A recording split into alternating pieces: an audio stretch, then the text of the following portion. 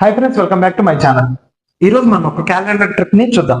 Question వచ్చేసి, if today is Monday, what will be the day after 150 days and after 190 days అని మనల్ని question అడుగుతున్నాడు. అంటే ఏంటంటే, ఈ రోజు కనుక సోమవారం అవుతే ఒక 150 days తర్వాత ఏ వారం అవుతుంది, ఏ డే అవుతుంది, మండే అయినా, ట్యూస్డే అయినా, వెన్స్డే అయినా అని అడుగుతున్నాడు. అండ్ ఇలాంటి క్వశ్చన్ చాలా కాంపిటేటివ్ ఎగ్జామ్స్ లో ఇస్తారు. వీటిని ఈజీగా ఎలా సాల్వ్ చేయాలో చూద్దాం. మనకి ఎన్నైతే డేస్ ఇచ్చాడో అన్ని డేస్ ని 7 తోటి డివిజన్ చేయాలి. ఇక్కడ చూడండి, 7 2s అంతా 14, 1 కిందికి వస్తుంది 0, 7 1 7 అండ్ రిమైండర్ ఎంత వచ్చింది మనకి 3 వచ్చింది.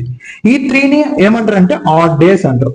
ఆడ్ డేస్ అంటే ఏంటి? Nothing but remaining days. ఈ రిమైనింగ్ డేస్ ని ఏం చేయాలంటే ఇచ్చిన డే తర్వాత నుంచి లెక్కేసుకొని మనం ఏం చేయాలంటే ఆన్సర్ అనేది చేయాలి. మనకి ఇచ్చిందంతా మండే తర్వాత 1 2 3. So our answer is option B, Thursday. ఒకవేళ మీకు కనుక ఈ క్వశ్చన్ అర్థమైతే క్వశ్చన్ నెంబర్ 2 190 days తర్వాత ఏ డే వస్తుందో కామెంట్ చేయండి. మీకు ఈ వీడియో నచ్చితే ఖచ్చితంగా లైక్ చేసి సబ్స్క్రైబ్ చేసి మీ ఫ్రెండ్స్ కూడా షేర్ చేయండి.